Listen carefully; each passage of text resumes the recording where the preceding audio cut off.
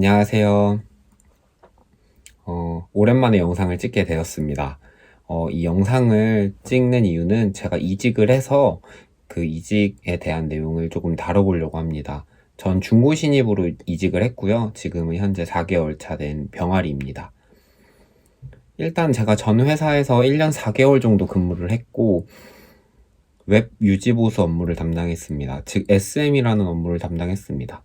그리고 저는 ERP 기반의 웹페이지를 담당했기 때문에 모듈이 있었는데요. 그 모듈은 수납, 그리고 물류, 서비스, 이 큼직한 모듈 3개를 담당을 했었고, 좀 자잘한 모듈들도 담당해서 업무를 수행했습니다.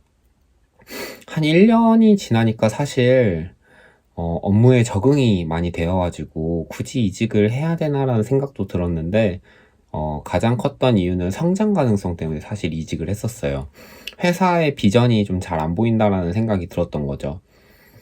회사를 절대 비난하려는 건 아닙니다. 근데 제가 처음에 개발자를 꿈꿨을 때 생각했던 개발자의 로망은 기획자, 그리고 개발자가 그 안을 같이 조율한 다음에 그 안에 대해서 수정을 하거나 아니면 개발을 하는 그런 방식을 조금 선호했었는데요.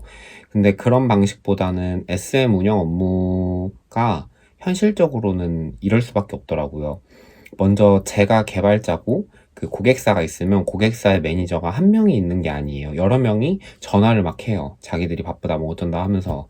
근데 그 유선상으로 얘기를 하잖아요. 어떤 게 안 되고 어떤 부분에서 수정이 필요합니다 라고 얘기를 하는데, 그거는 유선상이기 때문에 문서화가 되어 있지 않아요. 그래서 문서로 저희는 남겨달라고 해도 안 하시는 경우도 좀 있고, 문서로 남겨도 유선상에 말한 내용과 유선상에 말한 내용과 글로 적은 내용이 다른 경우가 조금 있어요. 그런 상황들이 계속 하다 보니까 심리적으로 좀 압박감이 오게 됩니다. 개발자들도 사실 일이 없는 사람들은 아니거든요. SM 운영 업무를 할 때 단순히 그 고객의 응대만 하는 게 아니라 그 사이트가 정상적으로 돌아갈 수 있도록 계속 관리도 해야 돼요. 근데 뭐 엄청 바쁘다는 듯이 얘기를 하면서 조금 기싸움이 여러 있었는데, 저는 그런 거 때문에 좀 사실 이 업무가 맞나? 좀 개발자라는 직업이 맞나라는 생각을 많이 했었어요. 이런 상황들이 계속 있다 보니까 좀 이직을 좀 꿈꾸게 되었고, 원래 꿈은 한 6개월도 안 돼서 계속 꿨었습니다. 그러다가 이제 실제 1년 3개월 정도 됐을 때 배울 수 있는 환경이 아니라는 생각이 들었습니다. 왜냐면 저는 저 혼자 업무를 했던 건 아니고요. 저랑 이제 같은 그 주니어 개발자 2명 해가지고 운영 업무를 한 사이트를 진행을 했었는데, 어쩌다 보니까 이제 저의 동료분이 이제 다른 개발 파트로 넘어가고, 새로 이제 경력 분이 오셨어요. 근데 그 경력분께서 개발을 해보신 적이 없는 분이시더라고요. 그래서 팀장님께 여쭤보니 팀장님은 개발할 의지가 있어서 뽑았다라고 하시더라고요. 근데 저는 거기서 조금, 내가 여기 있으면 발전할 수 있는 가능성은 절대 없겠다라는 생각이 들었습니다.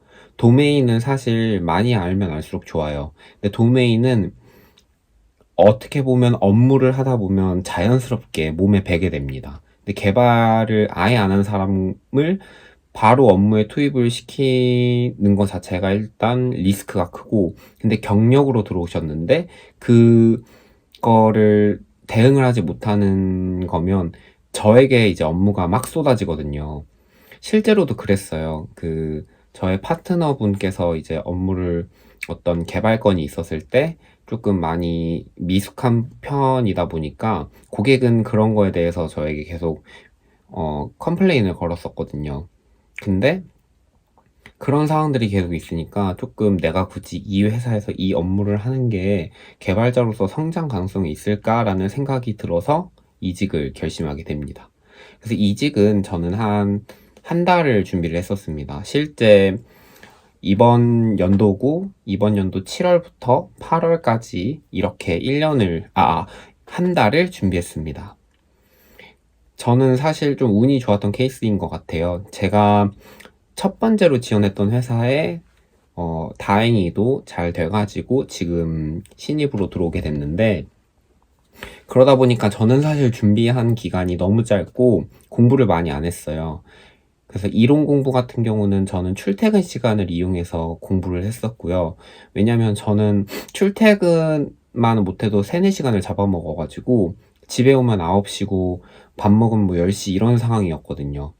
그래서 출퇴근 시간을 좀 알차게 보내려고 했고, 그리고 저는 기술 면접 같은 경우는 최대한 모르는 내용에 대해서는 모른다고 얘기를 했어요. 좀 당황하셨을 수도 있을 것 같아요, 면접관님들은. 근데 전 진짜 모르면 모른다 얘기했습니다. 대신에 좀 자신 있게 그랬어요. 제가 A라는 거는 잘 모르겠습니다. 근데 제가 A랑 비슷한 B라는 게 있거든요. 그 B라는 거 한번 설명드려봐도 될까요? 라고 양해를 구해서 그쪽에서 그래요, 한번 설명해봐요 하면 이제 설명을 하는, 그렇게 진행을 하면서 운 좋게 기술 면접도 통과를 했었습니다. 실제 제가 지금 돌아봤을 때 왜 나를 붙였을까라는 생각을 해보면, 그냥 모르는 거를 진짜 모른다고 하고 아는 거에 대해서 아는 거에 대해서 최대한 많은 걸 얘기하려 했던 그런 자세가 이뻐 보이지 않았을까라는 생각이 들었습니다. 그래서 제가 이직을 준비했을 때 조금 알아두셨으면 하는 게, 솔직히 중고 신입으로 이직하시는 분들이 종종 있으실 텐데, 중고 신입으로 준비하는 것 자체가 일단 어려울 거거든요. 실제 회사 일을 하면서 이직을 준비하다 보니까 시간이 사실 없으세요, 개발자분들이. 그래서 코딩 테스트 같은 경우는 그냥 주말에 한두 문제 조금씩 풀어가면서 그냥 리듬감을 조금 익히셨으면 하고요. 그리고 실제로 이제 면접이나 아니면 이론 면접, 기술 면접 이런 케이스들은 조금씩 준비를 하시다가 이제 면접 당일에 아시는 내용에 대해서는 정확히 얘기하되 모르는 내용에 대해서는 모른다고 정확히 끊어서 말씀하시면 좋을 것 같습니다. 사실 도움을 드릴 수 있는 내용이 이거밖에 없는 것 같아요.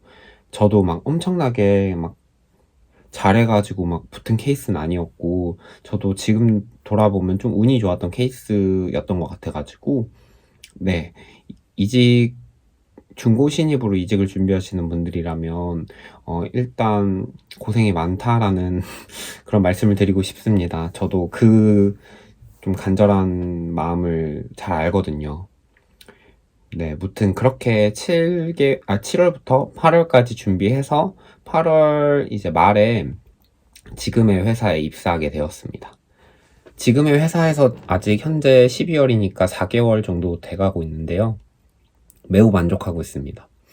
전에 회사의 분위기와는 일단 다르고요. 두 번째는 개발 자체에서 피드백이 너무 좋아요. 그리고 세 번째는 제가 성장하는 게 일단 보여요. 무튼 이번 영상은 여기까지입니다.